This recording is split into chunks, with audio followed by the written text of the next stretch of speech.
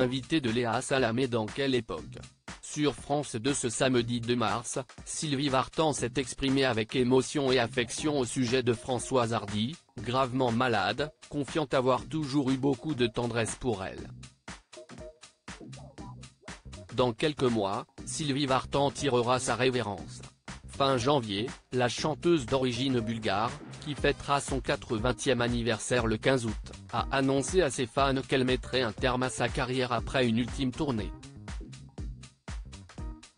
Depuis, la maman de Darina et de David enchaîne les apparitions à la télévision. Le 25 février, elle était la seule invitée de Michel Drucker dans son émission hebdomadaire Vivement Dimanche. Incitée à se remémorer certains pans de sa vie, l'ex-compagne de Johnny Hallyday s'est notamment livrée à des confidences en lien avec ce qu'elle avait gagné grâce à son premier cachet. Plus récemment, samedi 2 mars, l'idole des yéyés était reçue par Léa Salamé dans Quelle époque ? Sur le plateau de France 2, l'artiste est apparu très ému à l'évocation de Françoise Hardy. Sylvie Vartan a tout de suite aimé Françoise Hardy dans ce nouveau numéro du talk-show à succès de France 2. Sylvie Vartan s'est prêtée au jeu du photocall, qui a pour objectif de s'exprimer, de la manière la plus spontanée possible, au sujet de telle ou telle personnalité dont Léa Salamé dévoile le cliché.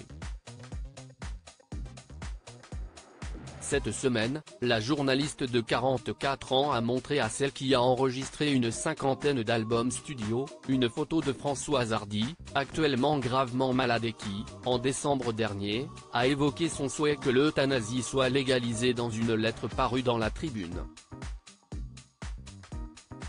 Quand je l'ai connue, on était toutes jeunes, on était les deux premières à chanter ce genre de chansons, elle composait les siennes, s'est remémoré l'interprète de la Maritza, comme un garçon ou encore tous mes copains, dont les yeux et la voix ont laissé voir la vive émotion qui s'est emparée d'elle.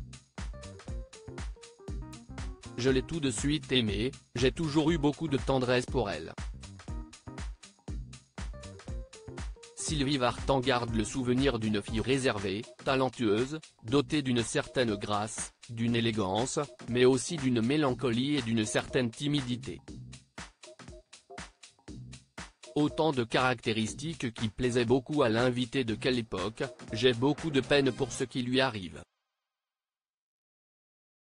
Les confidences bouleversantes de Françoise Hardy. Le 17 janvier, Françoise Hardy a fêté son 80e anniversaire.